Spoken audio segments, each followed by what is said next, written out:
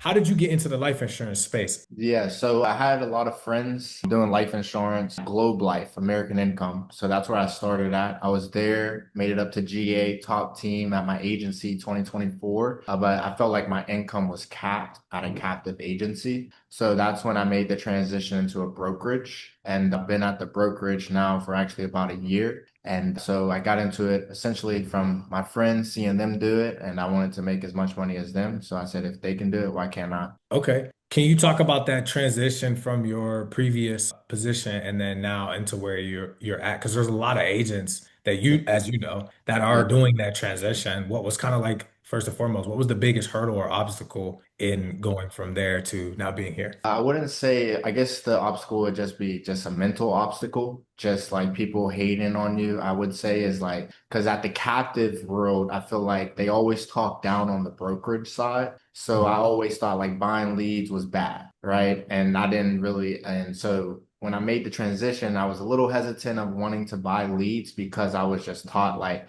free leads, free leads, free leads is the best way. But I mean, it's if it's free, it does not everything free means it's good, right? So I was definitely a product of that. I was capped. We only had about 150 leads to work for a 2 week span, sometimes even a month span. And new agents, they only had 100 leads for a month or 2 months sometimes. So I felt like a lot of, and I'm a people person. So if my people, my new agents can't come in making money fast, I just felt like it wasn't a great spot for them and myself. And but yeah, I feel like the biggest obstacle was just honestly just just shutting out the noise of people at the captive agency saying that I was dumb of trying to buy leads. I would say that was the biggest obstacle for me. Okay, okay. Well, that's perspective. I didn't even know they were doing that. So that's crazy. I only came in straight to the broker side, but I had heard a lot about different people. Can you talk about your we have a lot of new agents that watch our videos, watch our trainings, and want to get perspective. And you have some agents that are killing it, which are also on the platform. But I want to know like how was Mark's first 30 days in the industry, not Agent Lead Lab? Like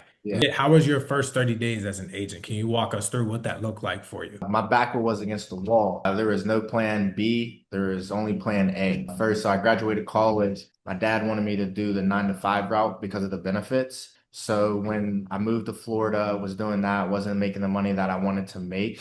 So then that's when I jumped into the insurance world. And I didn't tell my dad. I didn't tell my dad for like my first 2 months. So there was no plan B at all. So I was just working my butt off and just making sure that this works. And so what I was doing was just literally, I moved out to Arizona and trained with two of my uplines essentially and just working nonstop Monday through Sunday, calling leads that didn't even want what we were selling. So like I was just back against the wall, no plan A. I passed my test November 17th, 2023. I didn't get my first lead sale until December 24th, which is Christmas Mm. Eve. So I was literally working Christmas Eve as well.